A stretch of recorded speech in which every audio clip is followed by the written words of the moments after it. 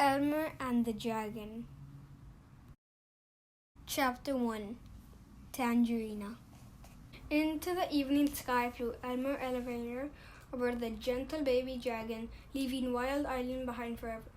Elmer, who was 9 years old, had just rescued a dragon from a ferocious animal who lived on the island.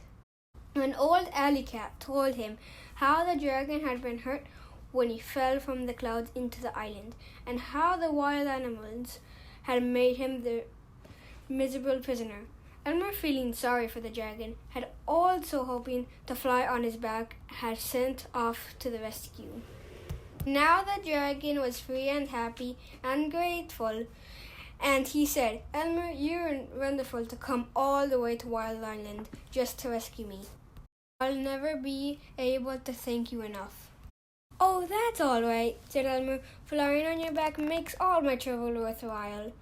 Then I'll take you on a trip. Where would you like to go?"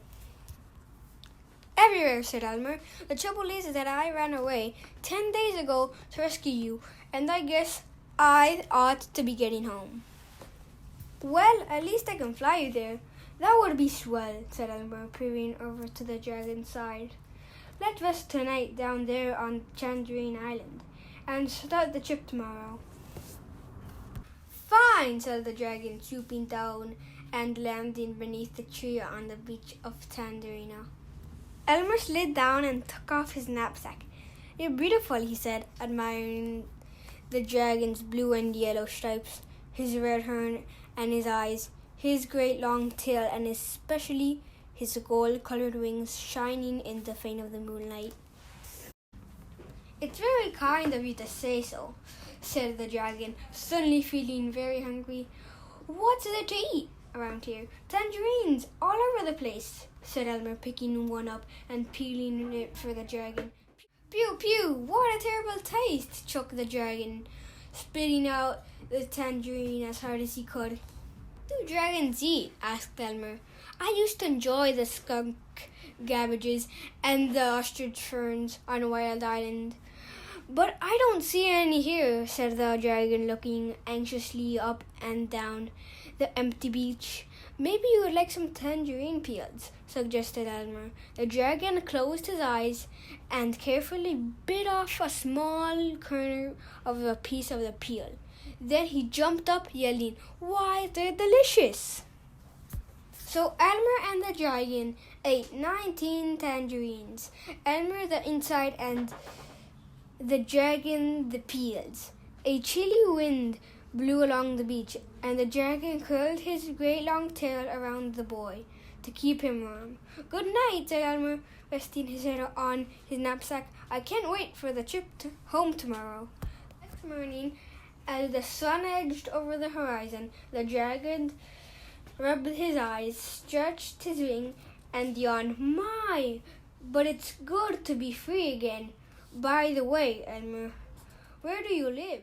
"In Evergreen City, near Evergreen Park, on the coast of Popsicornia," mumbled Elmer, who was already awake and eating tangerines. "I hope you know how to get there," said the dragon. "Don't you?" asked Elmer. "No." "Don't you?" asked the dragon. "No," said Elmer. "You see, I came here in the bottom of a boot, and I could see where I was going. The seagulls will know," said the dragon. "They follow the ships out to sea." "I'll go ask one," said Elmer, suddenly remembering that it would be nice to be home for his father's birthday. He walked down to the water, where a very old gull was blinking at the morning sun. "Excuse me," said Elmer, "but did you ever hear of Evergreen City?"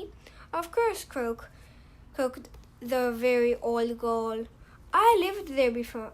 I followed a ship to Tangerina, but I wouldn't dream of going back now."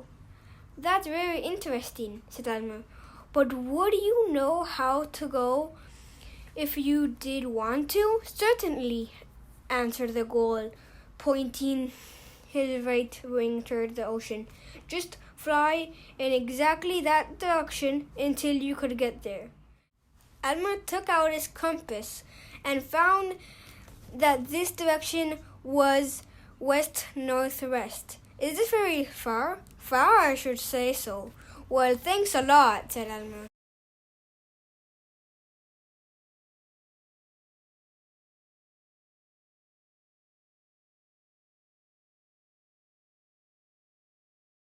I'm kind of worried, said the dragon. Suppose we never find it? We'll find it all right, said Elmer, who was a tiny bit worried himself. The dragon ran along the beach, warming up his wings, while Elmer packed 69 tangerines, as many as his knapsack would hold. Besides the tangerines, he had in his knapsack all sorts of things left over for the rescue, including 7 pink lollipops, which he was saving for emergency, half-package rubber bands, 3 sticks of chewing gum, a very good jackknife, and a burlap bag.